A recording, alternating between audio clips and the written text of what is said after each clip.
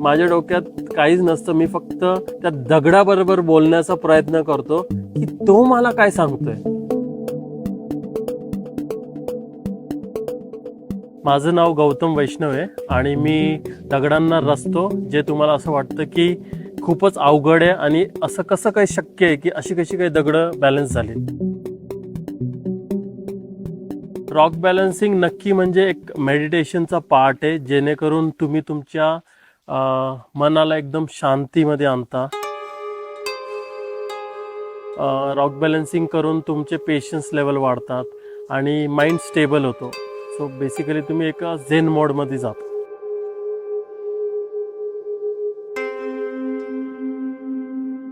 Rock बॅलन्सिंगची सुरुवात मी महाडमध्ये केली, जेव्हा मी एका विपासना कोर्ससाठी गेलो होतो.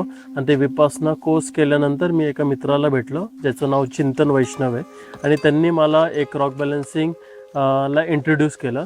पहिल्यांदा रॉक बॅलन्सिंग करत असताना मला जवळजवळ 45 मिनटं लागले. ते एक विटाला बेसिकली 8 कॉर्नर्स असतात. त्या 8 कॉर्नरमधनं एक कॉर्नरवरती मला त्या विटाला बॅलन्स करायचं होतं. तर ते करण्यासाठी मला जवळजवळ 45 मिनटं लागले. पण तेच 45 मिनटं म्हणजे मला राग येत होता, मला एन्झायटी होत होती, मला कसं तरी वाटत होतं की असं वाटत होतं की ते विटेचे 2 तुकडे करून त्याच्या डोक्यात टाकू. बट 45 मिनिटानंतर जेव्हा ते दगड बॅलन्स झाला, ती वीट बॅलन्स झाली, तेव्हा मला असं वाटलं की मी एका फुलपाखरूसारखा उडतोय आणि इट वॉज कलरफुल.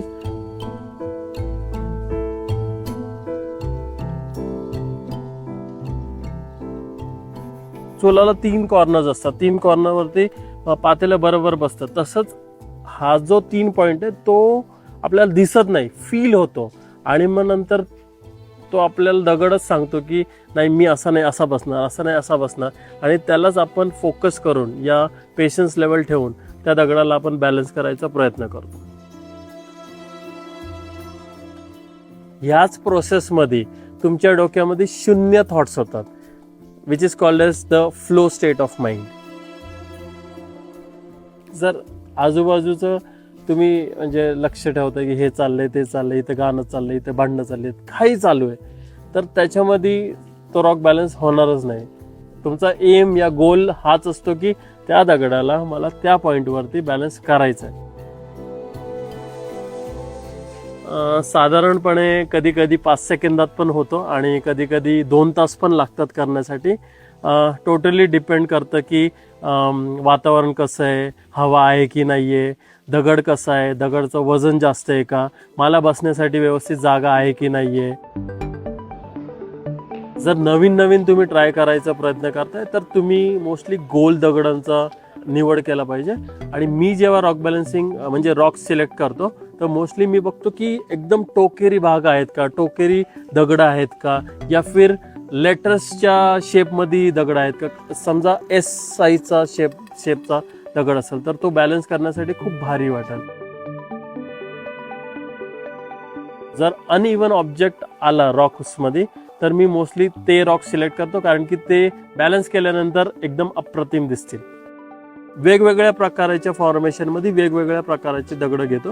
आणि जर समजा हवा वगैरे मला त्रास देते तर मी थोडाफार एरोडायनॅमिक्सच्या दृष्टिकोनातनं पण विचार करतो की समजा हवा अशी येते तर मी दगडाला असा नाही बॅलन्स करणार, मी दगडाला असा बॅलन्स करणार, जेणेकरून हवा त्याला कापून जाऊ शकते पुढं. असं